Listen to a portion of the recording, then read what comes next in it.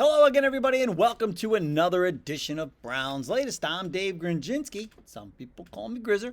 And this is where you can come on in and get caught up on some of the latest news involving our favorite team in the NFL. That is, of course, the Cleveland Browns. Thank you to everyone who has liked our previous episode. Hopefully this one makes it on the list. And to all of you who have subscribed to the channel, we are already heading towards 8,000 subscribers. I'm going to have to go shopping again, but it's for a good reason. I love it. Every time we cross another threshold, we change the fit for a day, and looking forward to the 8,000 subscriber mark, and then we'll change the fit for a day. I'll come up with something. Don't know what yet, but I will come up with something. And thank you to everyone who gets their comments in the viewer comment section. Plenty to comment on today because the joint practice is already underway. And guess what? Shedeur Sanders getting first team reps and expected to be the starter. But there's an uninvited guest out there in Carolina that we need to talk about.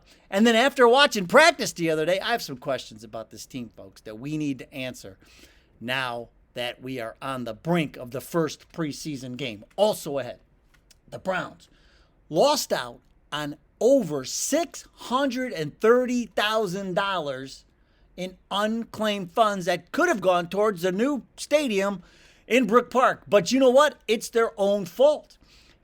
There's one thing that everyone has to stop saying when it comes to the Browns quarterback room. Got to stop. This has got to stop. And down in the viewer comments, the real reason why we brought Tyler Huntley back to the Browns. But first things first, they're off and running, folks. They're out there with the Carolina Panthers. Kevin Stefanski met with the media this morning, and then 10 o'clock, practice started.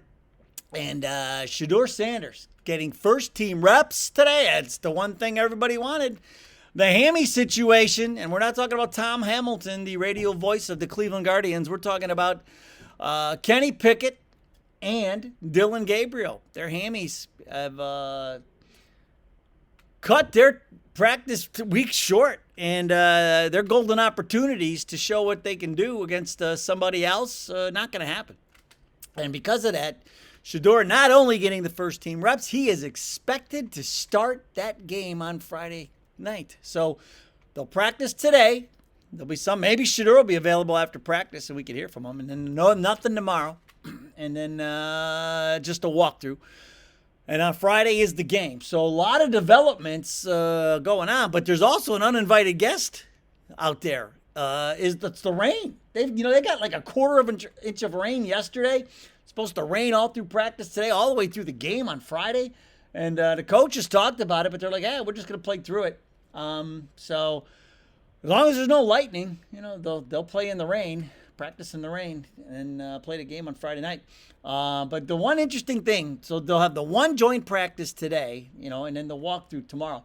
But this is the first time since Stefanski's been around, 6 seasons now that Stefanski's been here, that they will do joint practices with two teams. They'll do the Panthers today, and then the Philadelphia Eagles next week. They have two with the Eagles on the 13th and the 14th, and then they play them in their preseason game on the 16th. That is a 1 o'clock start for that. So there you go. That sets the scene. But boy, oh boy, this is going to be the most watched preseason game I think ever, with Shedeur starting that game on Friday night. Oh my goodness, the rating, because there aren't that many. There's only a couple other games going on. So this has just vaulted into a national spectacle on Friday night. It'll be must-see TV, and we'll all be there. This is going to be like when Thriller, remember Michael Jackson when Thriller, the whole world stopped at 8 o'clock on that Monday night or whatever it was, and everybody went to watch Thriller? Same thing. I remember we were out in the street playing football, and we're like, holy mackerel, it's 5 to 8. We just ran back into the house because Michael Jackson was coming on. That's what's going to happen Friday night at 7 when the Browns play the Panthers. Now, a lot of questions, right? This was one of the questions everybody had. Well, who's going to start the game on Friday night? Well, now we know that answer. It's Shedeur. And because they don't want to play Flacco. They definitely don't want to play Flacco. But, going into this when I was at practice the other day, some of these questions started popping into my head. And one of them was, okay, who's going to be the backup quarterback now? With Pickett and Gabriel hurt, their chances just keep dwindling and dwindling, to show anybody what they can do. So, and these hamstrings, we keep saying it, folks, they linger. I don't think this is going to go away anytime soon. So you gotta baby these things, man. These soft tissue injuries, you gotta baby them, because not only can you make it worse, you could do some other things too. So anyway, I had a hammy. I've had a hammy and a calf, man. Those are both very touchy subjects when you're talking about injuries. Now, the other question that I had is, can Sampson and Ford carry the load at running back? I know we've signed a couple of guys, but those are bodies. This was supposed to be Judkin's backfield, and we know Ford can't carry the load. He had his chance last year, but he's just not that type of back. But he's motivated. He's in a contract year, so that might change some things for him. I don't know, but Sampson being a rookie led the SEC in rushing. I don't know. And I started, it's like, can they carry the load? Can the two of them carry the load?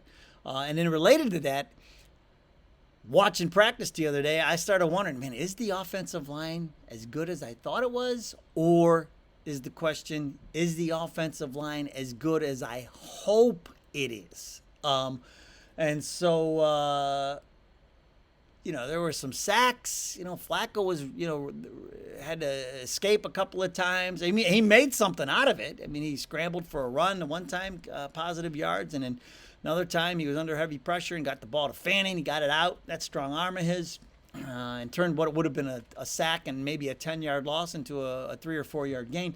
But Shedeur saw some pressure too when he was out there. So I'm starting to wonder about the offensive line. So I'm gonna be paying attention to that on Friday night as well.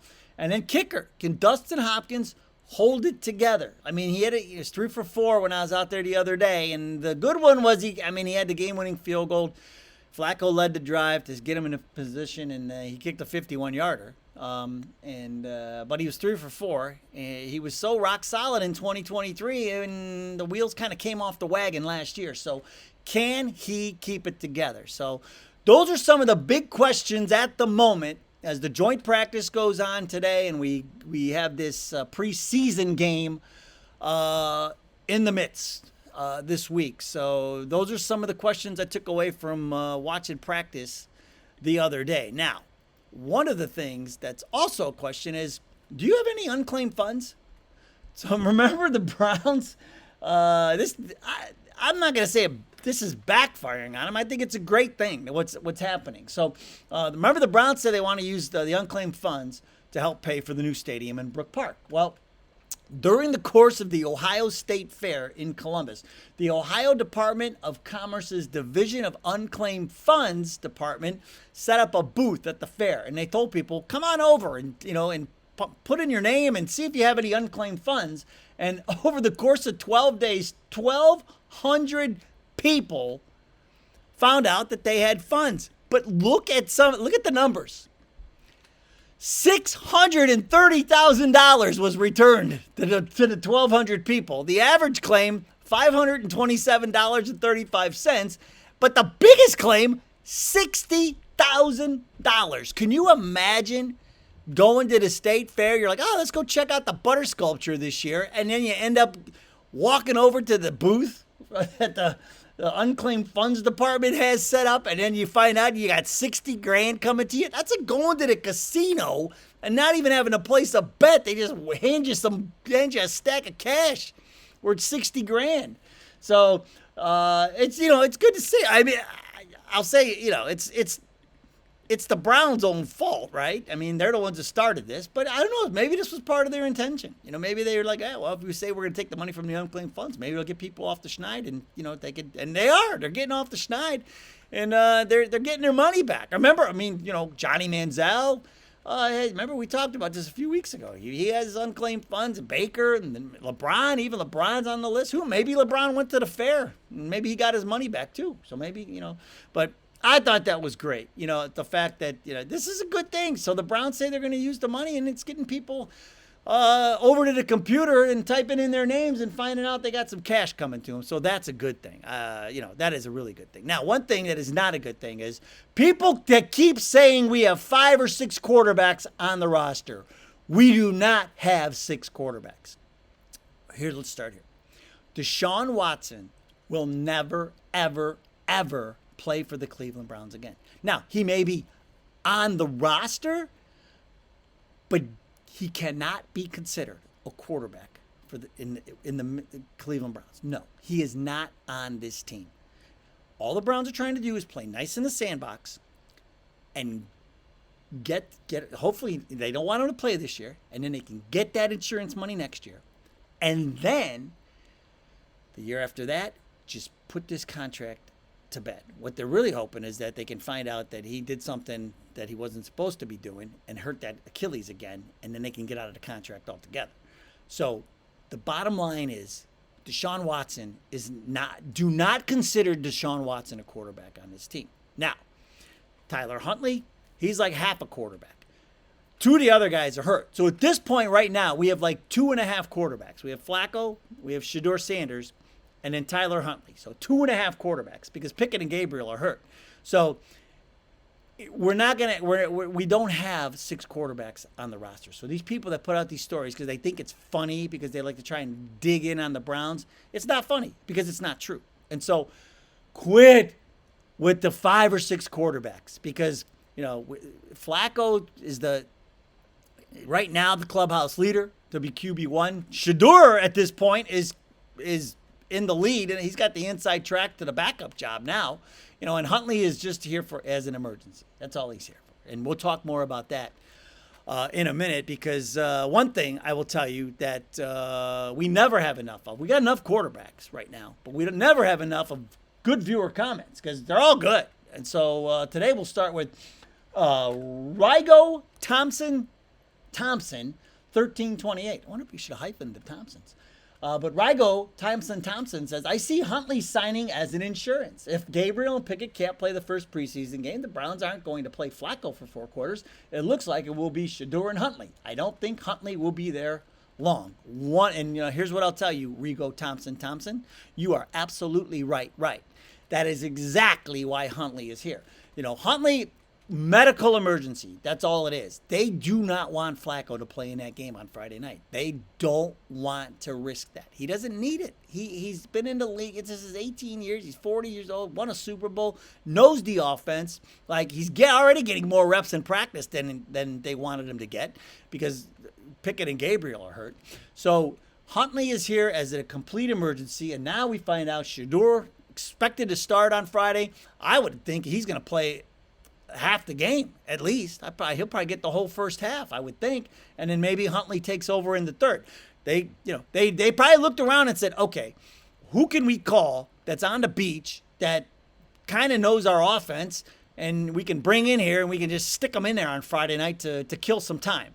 And they're like, Huntley's on the beach, go get him. Get him back here. So they bring Huntley back. That's all this is. And then Huntley benefits because he could get some updated game film and send it out to other teams and maybe get picked up by somebody else, Or in the end, maybe Huntley ends up being our third quarterback. If Pickett and Gabriel, this hamstring thing keeps going and going and going, Stranger things have happened. But Huntley is a complete medical emergency, and you said it right, Rigo Thompson, yes, insurance. That's all he is here for. Let's move on. Ray Cleveland, 18. I think they are going to use all of these quarterbacks for trade value for some other teams with quarterbacks who are bad. And he thinks they're going to do it sooner rather than later. The problem is, Ray Cleveland, that's a great idea. Good thought. But we have damaged goods. Nobody is going to want Pickett or Gabriel with bad hammies. So, would you want to, if you get on Facebook Marketplace and you have something to trade that works, would you want to trade it for something that doesn't work? It's just not going to happen. Nobody's going to trade for damaged goods. And what are you going to do? Trade for them and then just sit around and wait for them to get healthy? You can't even use them. They still have to learn your offense. They're having enough trouble learning this offense because they can't get on the field and do what they need them to do. And what's ironic is their mobility is really remember Pickett has the superpower, the mobility? Well, the hamstring is kryptonite. because he can't do it. And Gabriel, they move the pocket for him every time so he can see who he's throwing to. He can't move. And I told you, you cannot see him behind the offensive line when he stands in the pocket. So that whole plan is dead in the water. And so if they can't move, they can't play. And that's where we're at right now. And so, and nobody, it's a great thought, Ray Cleveland, but no one's trading for damaged goods. Butch Groves, 4908. What we need is a new GM and a new head coach. Both should have been gone after last year. Yeah, here's what I think. I think the pressure will keep mounting this season, but I think they're still going to get a pass for this year because of the Watson thing. What has them coming out and saying that was a big swing and a miss, I think that bought Baranski some time here. So I think the pressure could mount the closer we get to the end of the season, depending on how things are going. But I think they're still safe for at least this year. But then next year is when the pressure will really mount. Because this year, they're going back to Stefanski's offense. They can use that. He can call his own plays, and then Barry with his draft picks that he made this year. And they all seem to be pretty good other than Gabriel in the third round. Nobody, I ask everybody, and nobody agrees with that pick. Other than that, everybody else seems okay with everything else. So I think they do get through this year, but I don't think they'll avoid pressure in the end, but I think next year is when they'll really feel the heat. And then we'll end on the YouTube handle is Nimrod4065, but in no way could Nimrod be a Nimrod, because one of the things he said, because my son Noah, he helped me gather the content at practice the other day. And he said, I'm passing down good genes. And so, and the only reason I bring this up is because that's one of the things that I've struggled with over years, like trying to get like the younger fans, the younger people in my life. So my son and, and all of their friends and, all that, just trying to get them to understand like how great the Browns were back in the day. And, and what they have seen over the years is not typical of what Cleveland Browns football used to be. And so, it's nice to be able to take. I've been taking Noah to training camp for at least 9 or 10 years. Like he was little. I remember one of the players let him try on his helmet, and like he was little when we were going.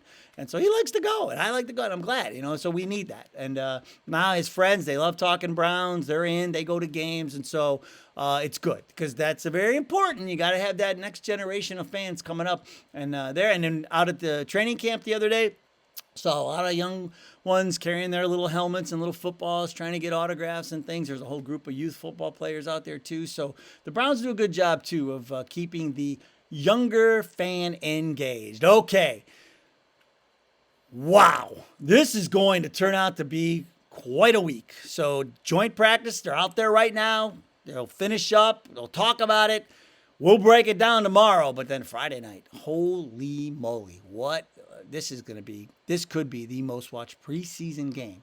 I cannot wait to see the ratings on this preseason game. It might be the highest ever, with Shedeur Sanders expected to start for the Browns on Friday night. All right, that'll do it for today's show. Go Browns! We'll see you next time.